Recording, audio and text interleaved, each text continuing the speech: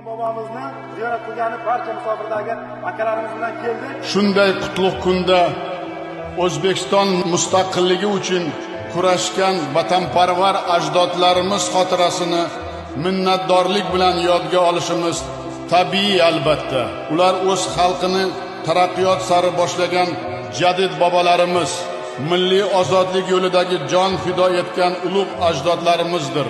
Ular g'oyat og'ir sharoitda ham milliy istiqlol va hurriyat g'oyalariga sodiq qolgan qahramonlarimizdir.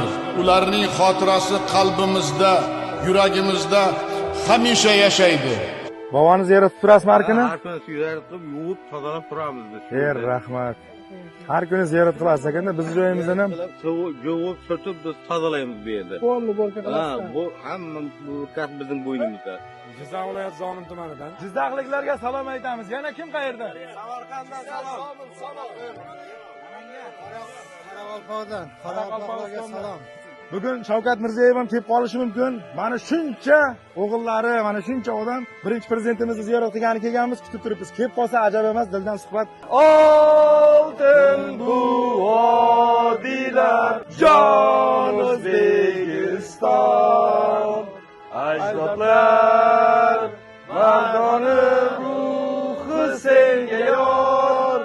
Alhamdulillahi robbil alamin, arrahmanir rohim, maliki yawmiddin, iyyaka na'budu va iyyaka nasta'in.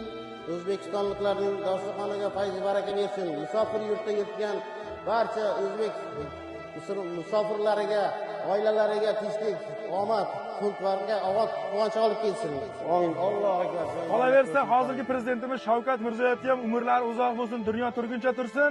Shavkat bobomiz ham xudo xohlasa O'zbekistonni, yangi O'zbekistonni yaratdi. Biz har doim qo'llab-quvvatlaymiz.